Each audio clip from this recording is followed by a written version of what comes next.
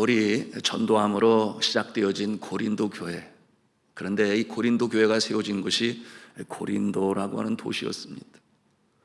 이 세상의 문화와 풍조가 고린도 교회 안에 그대로 여과 없이 들어오게 되었어요.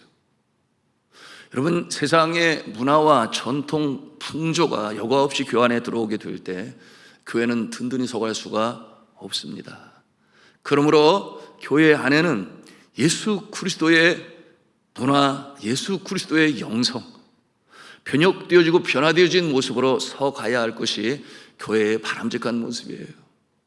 그런데 이 고린도 지방, 그곳에는 소위 개인주의라고 하는 한 사람, 나 한 사람을 중요시 여기는 그와 같은 이 문화와 이 전통이 그들의 마음속에 있었습니다. 여러분, 교회는 나 한 사람 그 이전에 예수 그리스도를 구주로 영접하고 하나의 영적 공동체를 이루는 것이니 함께라고 하는 것이 강조되는 것이 교회예요.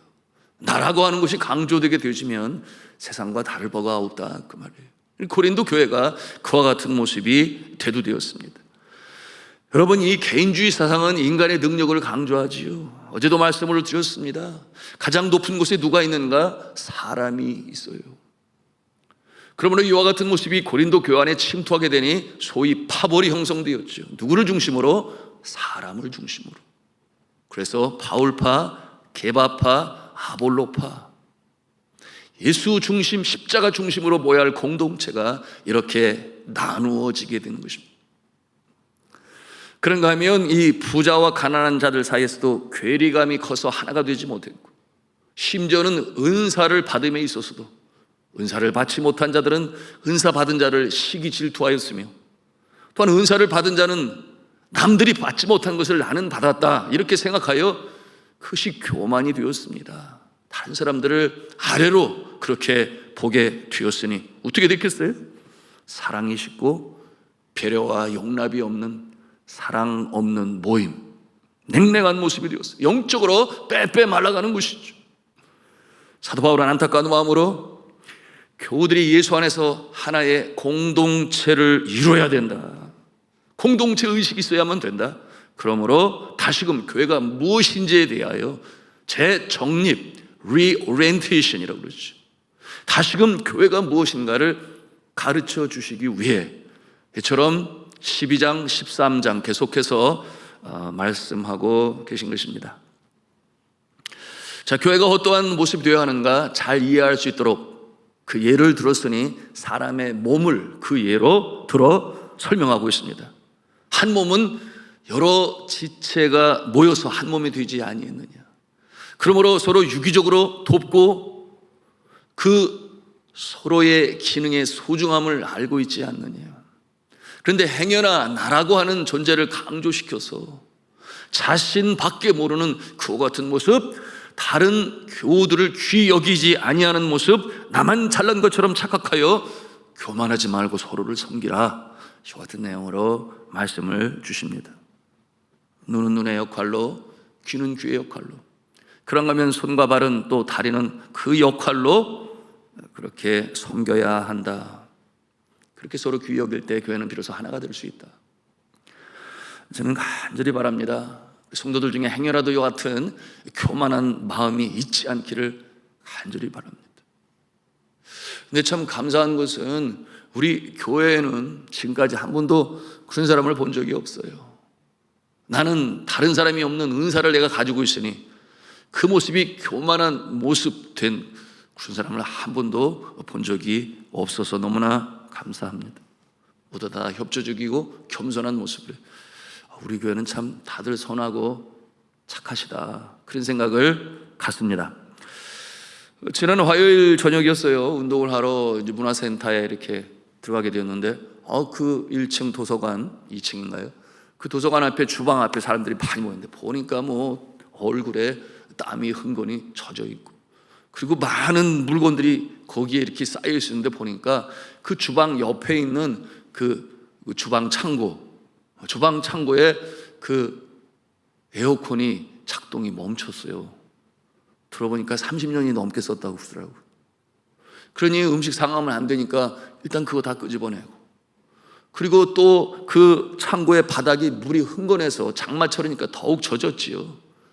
그래서 거기에 있는 모든 물건들을 또 다 끄집어내고, 이와 같은 상황이 있음을 제가 보게 되었어요. 그래서 참 빨리 고치지 않으면 안 되겠다, 이런 생각을 갖고, 그러면은 어떻게 구입할 건지, 또 예산은 얼마나 드는지 재정 장로님하고 말씀을 나누시고, 또 관리위원장 되신 장 장로님하고 얘기를 해서 이 문제를 수습해야 되겠습니다. 제가 그렇게 조언을 드렸습니다. 그리고 어제였어요. 보니까 이 일터에서 장용봉 장로님이 일찍 오셔가지고 그 문제를 해결하려고, 관리 집사님과 함께, 또 그러고 보니까 우리 교역자들이 이 트럭에서 이 세멘트 포대를 들고 계속해서 위로 나르는 거예요. 그래서 제가 속으로 마음에 참 빨리도 시작이 되었네, 이런 생각을 갖지 않을 수가 없었는데요. 또 올라가서 참고해 보니 이미 또 일터에서 일손을 멈추고 온 김학재 집사님이 이미 그 바닥을 콘크리트로 이렇게 하는 모습을 볼 수가 있었습니다. 바닥 공사가 먼저 되고 마른 다음에야 또 새로운 냉장고도 넣을 수 있고, 또 음식물도 넣고 정리도 할 수 있으니 그렇게 발빠르게 일들이 시작된 것이죠. 그렇게 착착 진행되어져 가는 모습을 보면서 제 마음에 감동이 일었습니다. 그래, 교회는 이런 곳이 되어야 하지. 어려운 일이 있으면 손발고 서로 도와서 함께 이를 해결해 나가는 것이 교회지, 그런 마음을 제가 갖게 되었습니다. 자, 성도 여러분, 오늘 이 본문의 말씀을 통해 주시는 메시지가 같은 내용이에요. 교회는 믿음의 공동체이기 때문에 가진 재능과 은사를 가지고 함께 문제를 해결하고 사랑의 공동체가 되어야 하기 때문에 서로를 도와서 연약한 지체를 강하게 세워나가는, 그러므로 주의 몸을 만들어가는 것이 교회다라는 것을 우리 사도 바울은 강조하고 있는데요. 우리 20절, 21절, 22절 말씀입니다. 우리 함께 읽도록 하겠습니다. 시작. 이제 지체는 많으나 몸은 하나라. 눈이 손더러 내가 너를 쓸 데가 없다 하거나, 또한 머리가 발더러 내가 너를 쓸 데가 없다 하지 못하리라. 그뿐 아니라 더 약하게 보이는 몸의 지체가 도리어 요긴하고, 더 약하게 보이는 몸의 지체가 도리어 요긴하고, 참 이해가 안 되는 말 아닙니까? 능력을 강조하는 세상의 모습으로 보면 어떤 모습이에요? 너는 저리 가 있어, 너는 떨어져 있어, 이렇게 생각하는 모습이라고 한다면 교회는 그렇지가 않고, 오히려 도리어 연약한 자가 더 요긴하고 이렇게 표현을 하고 있으니 참 세상의 눈으로 보면 이해가 되지 않는 것이 교회다. 교회는 세상이 아니죠. 우리 교회 안에 교우들의 모습을 보세요. 그런 모습들이 있습니다. 연약한 자들이 보여요. 육신적으로나 또는 정서적으로. 그런가 하면 사고로 인해서, 그런가 하면 타고 태어날 때의 모습이 또한 그래서, 여러분 본인이 무슨 잘못이 있습니까? 어떤 실수가 있었던 것도 아니잖아요. 타고 태어나는 모습이 그러한데 말이죠. 그와 같은 모습은 교회에 유익이 없는 것처럼 보여요. 봉사를 할 수 있나, 가르침을 할 수 있나, 하는 일이 없는 것처럼 보여요. 그런데 우리가 그들을 귀히 여기고 돕고 그러는 가운데 그들이 기뻐하고 행복해하는 모습을 보면 우리의 마음에 어떤 생각이 들어요? 참 이상하죠? 우리의 마음이 따뜻해지고 우리의 마음에 기쁨과 감사가 일고, 그리고 보람을 갖게 됩니다. 왜 그럴까요? 그것은 바로 주님의 영성이 그러하기 때문에 그런 것이에요. 주님을 닮아가는 모습이기 때문에 그 심령 가운데 세상이 이해하지도 못해요. 세상이 할 수도 없어요. 그와 같은 행복과 기쁨이 바로 돕는 자들에게 나타나는 것이니 바로 아버지의 마음이요 주님의 영성이다 하는 것입니다. 오늘도 저와 교역자들은 세종시에 오랫동안 병석에 누워 계신 정순섭 권사님 뵈러 갑니다. 참 오랜 세월 교회를 위해서 수고 많이 하셨지요. 가서 위로하고 격려하고 기도하면 이 신방을 받는 권사님이 또 시민하고 또 격려가 되겠지요. 그런데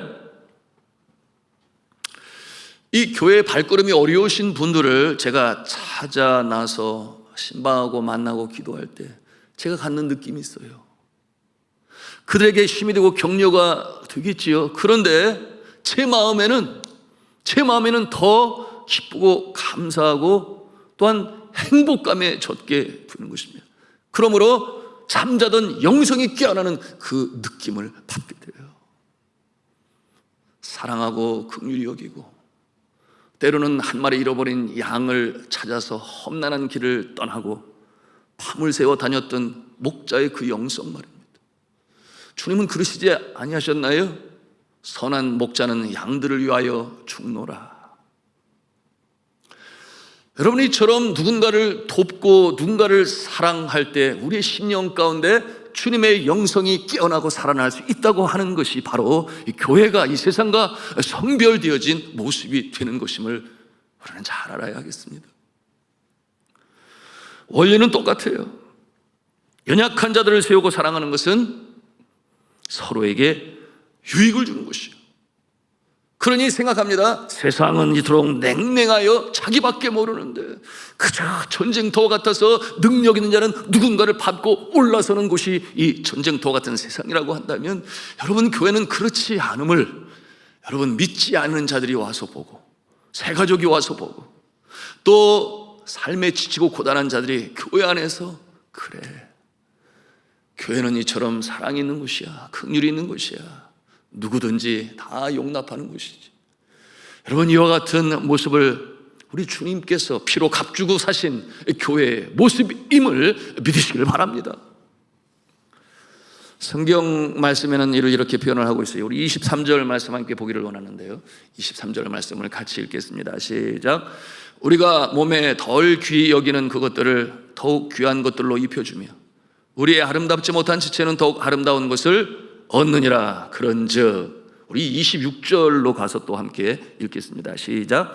만일 한 지체가 고통을 받으면 모든 지체가 함께 고통을 받고, 한 지체가 영광을 얻으면 모든 지체가 함께 즐거워하느니라. 저에게 연약한 부분이 있는데요, 전에도 한번 나눴던 것 같아요.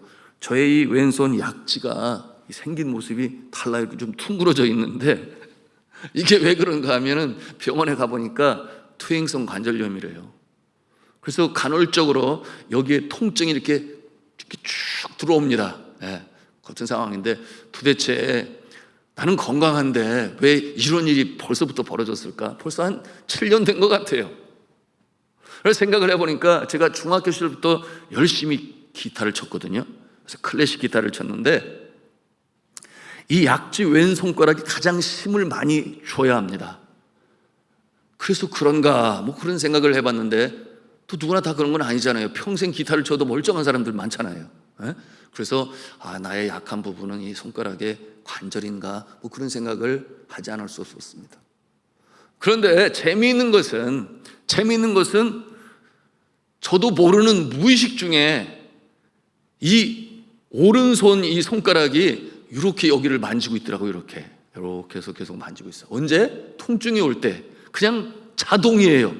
만져야지 그런 마음도 없는데 그냥 이 손이 가서 여기를 이렇게 주무르고 있는데, 그러다 보면은 이 통증이 하감되는, 그래서 또 사라지고, 이런 모습을 보게 되는 거예요. 의식적으로 하는 것이 아닌데 자연적으로 가서 이렇게 주물러줘요. 지가 서로 아는 것처럼 이렇게, 저하고 상관이 없이. 그 말이 좀 우습긴 합니다만은, 여러분, 교회 안에 어떤 누군가가 힘들고 지친다고 한다면 그와 같은 모습을 사랑으로 돕고 격려하고 위로하는 것이 억지가 아니라 자연스럽게 이루어지게 되면 그것이 바로 이 땅에 천국의 작은 모형을 이루는 교회인 줄로 믿으시길 바랍니다. 그것이 바로 주님을 닮아가는 교회요, 성도의 모습인 것이죠. 그냥 자연스럽게. 그래서 그것으로 인하여 서로 위로받고 격려가 되고 오히려 내가 기쁨을 갖는 그 모습이 교회다라는 것을 오늘 이 사도 바울은 강조하고 있는 것입니다. 오늘 본문에 이 고린도 교회는 서로 사랑하지 못했어요. 가지고 있는 은사를 자랑했습니다. 갖지 못한 자는 시기 질투했어요. 가지고 있는 자는 교만해졌습니다. 여러분, 그 중에 가장 대표적인 이 은사가 어떠한 은사였는가? 방언의 은사였어요. 28절에 하나님께서 교회에 주신 선물로, 은사들로 주신 이 선물, 그 유익함의 정도에 따라서 순서적으로 이 은사들이 이렇게 쭉 열거가 되고 있는데요, 제일 중요한 은사는 사도적 은사였습니다. 하나님의 뜻을 전하는 은사예요. 그런가 하면은 둘째는 이 하나님의 말씀을 삶의 모습으로 본을 보이며 선포했던 이 선지자들이 갖는 이 가르치는, 본으로 가르치는 그 모습이 또한 중요한 은사였습니다. 이와 같은 모습은 성경이 쓰여지기 전에 주셨던 은사였으니 그들이 받은 그 하나님의 뜻, 행했던 그 모습들이 성경으로 고스란히 기록이 되어 오늘 우리에게 전달되어지고 있습니다. 그런데 사도행전 13장 1절에서 3절에 이렇게 말씀하고 있는데요, 들으시기 바랍니다. 안디옥 교회에 선지자들과 교사들이 있으니 곧 바나바와 니게를 아는 시몬과 구레네 사람 루기오와 분보왕 헤롯의 젖동생 미나엔 및 사울이라. 이 사도의 은사가 맞춰지게 되니, 그 성경으로 기록되게 되니 이어 등장하는 모습이 어떠한 모습이냐? 선지자예요. 그 다음에 출현하고 있는 모습들이 있으니 교사들의 모습이 이렇게 은사자의 모습으로 등장하고 있습니다. 여러분, 이 교사는 하나님의 말씀을 가르치는 자들로서 신약시대의 대표적인 인물이라고 한다면 아볼로와 같은 그런 모습이라 할 수 있겠습니다. 이 은사는 오늘날까지 유지되고 있죠. 그래서 신학교에서는 교수님이라든지 교회에서는 목회자라든지 그렇게 볼 수 있겠어요. 이 진리를 가르치는 일은 너무나 중요한 일이죠. 직분이자 직분자가 행하는 은사예요. 그 다음으로 큰 은사가 어떤 은사가 나오는가? 믿음의 소유자인 능력의 은사가 나오고, 그 다음으로 병 고치는 이 신유의 은사가 나오고, 그리고 맨 나중에 가서야 어떤 은사가 나와요? 방언의 은사가 나오고 방언 통역의 은사가 소개됩니다. 그러니까 이 방언은 은사가 중에서 맨 마지막이거든요. 그런데 고린도 교회 교인들은 이 방언의 은사를 가지고 자신이 마치 어떤 특별한 존재라 그것을 받은 것처럼 여겨 그것이 교만으로 치달았던 것입니다. 나는 남들과 다르다, 그런 생각을 가졌던 것이죠. 사랑하는 성도 여러분, 그러므로 마지막 절 31절에 사도 바울은 뭐라고 권면을 하고 있습니까? 이렇게 권면을 해요. 너희는 더욱 큰 은사를 사모하라. 너희는 더욱 큰 은사를 사모하라. 방언 은사에 머무르지 말고 더욱 큰 은사를 사모하라. 여러분, 어떠한 은사가 큰 은사겠습니까? 내일 이어지도록 하겠는데, 여러분 뭐 이미 다 잘 알고 계시죠. 13장에 등장하는 은사 중에 가장 큰 은사, 이 은사가 없으면 어떠한 은사도 그저 울리는 꽹과리에 불과하다. 바로 사랑의 은사인 것이죠. 이 새벽에도 기도하실 때 은사를 사모하시기 바랍니다. 그러므로 교회 안에 꼭 필요한 영역들에서 은사와 재능으로 교회를 섬기되 그 발로가 무엇이에요? 주를 사랑하는 마음으로 주님의 영성을 가지고 사랑이 동기가 되어 은사를 사용하게 되면 주님 기뻐하시는 교회로 설 수 있다. 여러분, 이와 같은 모습이 한국교회의 모습이에요. 우리 산돌중앙교회의 모습이에요. 또한 일에 동참하고 쓰임받는 모습이 바로 저와 여러분의 모습이시기를 저는 주 예수 그리스도 이름으로 축원합니다.